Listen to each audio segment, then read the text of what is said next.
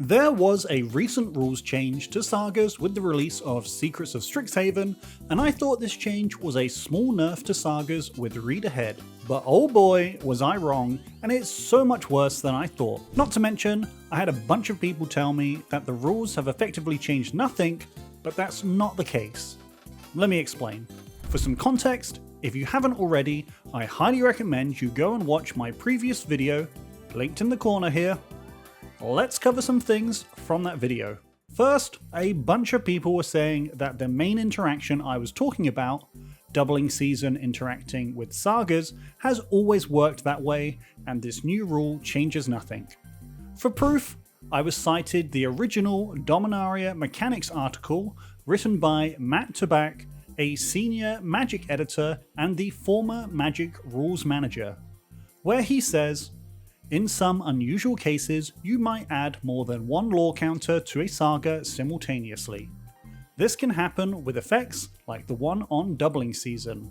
If the Flame of Keld enters the battlefield while you control Doubling Season, it will enter with 2 lore counters. This will cause the Chapter 1 and 2 abilities to trigger, and you can actually put them on the stack in either order." He does then go on to say, and I think this is important, "The following turn, you'll add another lore counter. Note that Doubling Season won't affect this turn-based action." Matt Tabak also wrote the mechanics article for the Final Fantasy set that also happens to include Doubling Season interacting with sagas. In some unusual cases, you may put more than one lore counter on a saga at a time. This can happen if you control a permanent like Doubling Season. And then there was the Brewer's Kitchen video that featured sagas and Doubling Season, and as you can see here, Doubling Season doubles the amount of token sagas, as well as having them enter with 2 counters. So, was I wrong here? Well, not this time. In a thread on Blue Sky, Matt does confirm that both the Dominaria and Final Fantasy articles were wrong, and that Doubling Season wouldn't interact with sagas because sagas entering with a counter was not an effect, nor was the turn-based action of adding a lore counter. He goes on to clarify that Innkeeper's Talent or Vorinclex Monstrous Raider are cards that can interact with sagas with the old rules. This is because those cards specifically care about counters being put on something, whereas Doubling Season only interacted with effects. So what about Brewer's Kitchen's video? Well, I've done a video in the past pointing out that Arena doesn't get all of Magic's rules exactly right. Now before the Arena haters come out with the woodworks, Arena gets the vast majority of the rules of the game correct. Otherwise, you'd see a whole lot more videos from myself reporting on the matter. Now, I wanted to clear up one small thing I did get wrong in my last video. So, to clarify, as of the release of Secrets of Strixhaven, it is no longer a straight rule that puts the initial counters on sagas, it's an intrinsic ability which creates a replacement effect. Because of this change, now Doubling Season will double the amount of counters a saga enters with.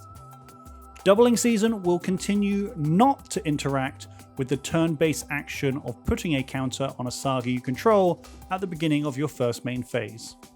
Now, the bit that I did get wrong was with Read Ahead. In the video, I said when you played a saga with Read Ahead with Doubling Season in play, if you picked anything more than the first chapter, the saga would immediately end and the chapters would all trigger. That last part is incorrect. I was under the impression that the choice you made determined what chapters were skipped, when in actual fact, all it comes down to is the number of counters placed on the saga. So if you decide you're going to read ahead to chapter 2 with Doubling Season in play, you'll go to put 2 counters on the saga, Doubling Season will see this and replace that with 4 counters, the saga enters with 4 counters, and because there's no chapter 4, the saga will be sacrificed as a state-based action and nothing else will happen. I want to clarify that this is specific to sagas with Read Ahead. For normal sagas and creature sagas, when they enter with more than one counter or have multiple counters placed on them, Each chapter will trigger once, and then you can stack them as you wish. Rules 714.2b covers this. Was there anything else you think I wasn't clear enough on and needed explaining again? Perhaps you'd like me to do a video on why you can't name anything when you cast Meddling Mage while there's a humility in play. Let me know in the comments. As always, if you learnt something, be sure to like this video and subscribe, because if you don't, I'll get wizards to change the rules for sagas again next year. Thanks for watching, and I'll see you in the next one.